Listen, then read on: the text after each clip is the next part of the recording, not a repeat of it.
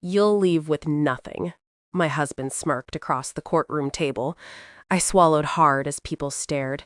Then the judge leaned forward and said, "Bring me that file." My name is Danielle Harper, and I'm 34 years old. I work as an accountant at a small firm. Nothing flashy, just steady work that pays the bills.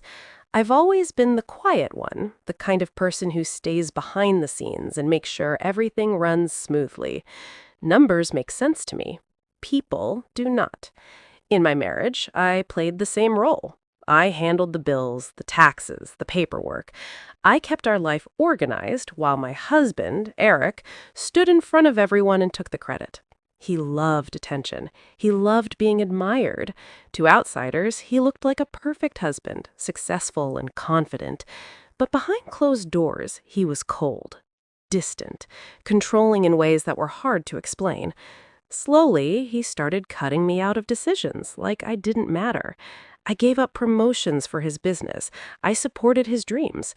And when things fell apart, he rewrote everything. I wasn't rich or glamorous, but I had something he didn't expect: the truth. If you've ever been made to feel invisible in your own life, hit that subscribe button. I want to hear your story in the comments because I know I'm not the only one.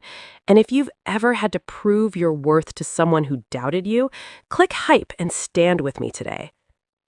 The courtroom felt heavy, like the air itself was pressing down on my chest. I could hear the faint hum of the ceiling fan and the shuffle of papers. Eric sat across from me, calm and confident, like this was already over. His lawyer stood and spoke smoothly, presenting their version of our marriage like it was a simple business deal. Then Eric spoke. "She didn't build anything, she just lived off me." His voice was sharp, clear enough for everyone to hear. I felt eyes turn toward me. My hands tightened in my lap. He handed over documents, clean and organized, showing accounts, assets, and numbers that erased me completely. According to those papers, I had done nothing. His lawyer added, "My client carried the financial burden entirely." I blinked, trying to stay steady. Family members in the back nodded. I heard whispers. "She really didn't do anything?" My chest burned. The judge looked down at the papers, serious, focused. It felt like the ground was slipping. Eric leaned closer to me and whispered, "This is where you walk away empty." I froze. Then the judge paused and looked up. "Is there any additional documentation?" My heart pounded. I swallowed. "Yes, Your Honor," I said quietly. "One file." The room went silent. I sat there, listening, but my mind drifted back. The first time he cut me out, I told myself it was nothing. He removed my name from a business account. "It's just easier this way," he said. I believed him. I always believed him. Then came the event. A crowded room, laughter, music playing softly. He raised a glass and joked, "She just plays with spreadsheets. Nothing important." People laughed. I forced a smile. Inside, something cracked. Later, I asked him why he said that. He shrugged. "Relax, it's just a joke." But it wasn't. It was a pattern. Then I found out about the transfers. Money moving between accounts I didn't recognize. Entities I had never heard of. When I asked, he brushed it off. "You wouldn't understand." That hurt more than anything, because I did understand. I saw everything. Every number told a story, and the story didn't match what he was saying. Sitting in that courtroom, I felt the weight of those moments. The late nights, the endless spreadsheets, the signatures I processed. He thought I was invisible. He thought I didn't matter. But I knew better. I stayed calm. I kept my hands still. I answered only what I needed to. Across from me, Eric looked relaxed, confident, like he had already won. But he didn't see what was coming.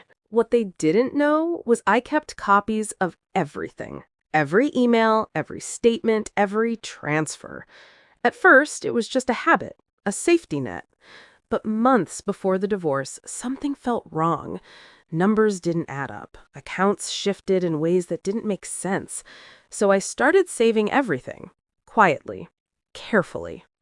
I built a timeline. I tracked every movement, every change. I compared records. I double-checked signatures.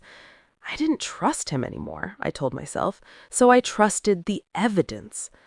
There was one moment I couldn't ignore, a transfer that didn't match the report. It was small, almost hidden, but it proved everything. From that day, I knew.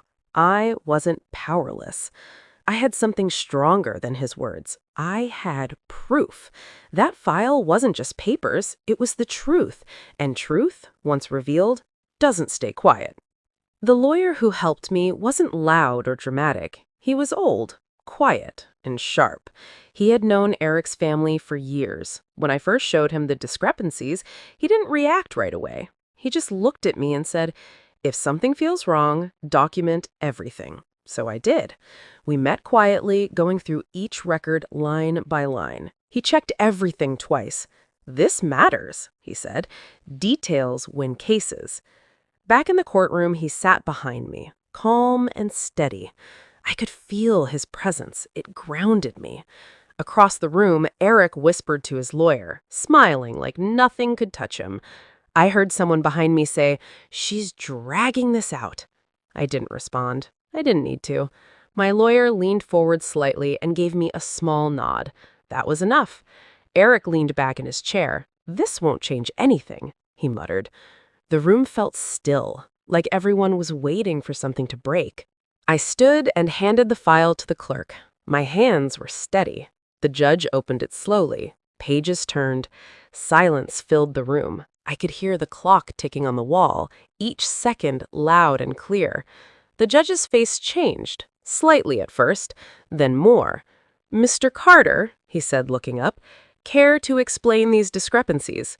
Eric blinked. "I'm not sure what you mean." His voice wasn't as strong now. I stepped forward. "I managed every financial record," I said. "These are copies of what was altered." The judge flipped through the pages again. Hidden accounts, undisclosed transfers. This is serious. Eric's lawyer leaned in, whispering quickly. Eric shook his head. "That's not accurate." But it was, and everyone could see it. The judge pointed to a page. "This transfer, it was not declared." Eric stayed silent. His confidence cracked. I saw it. For the first time, he looked unsure. I continued, calm and clear, laying out the timeline, every detail, every move he thought I missed. The room shifted.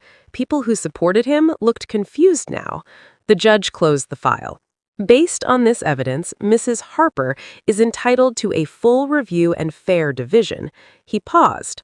"Further investigation may be required."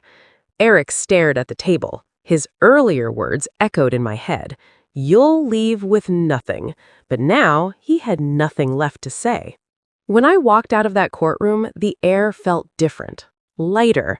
I took a deep breath and let it out slowly. For the first time in years, I felt free. I didn't smile, I didn't celebrate.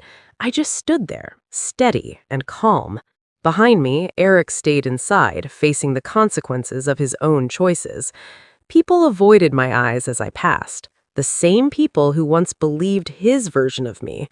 I didn't need their approval anymore. I had the truth, and that was enough. I walked down the steps and into the sunlight, feeling something shift inside me. I wasn't invisible.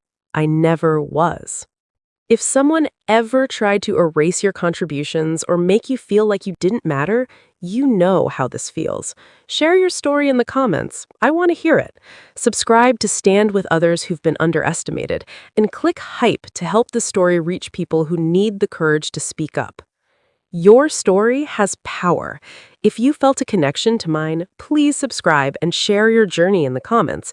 Every hype you give this video helps empower someone else. Thank you for being here and for listening. "You'll leave with nothing." My husband smirked across the courtroom table. I swallowed hard as people stared. Then the judge leaned forward and said, "Bring me that file." My name is Danielle Harper, and I'm 34 years old.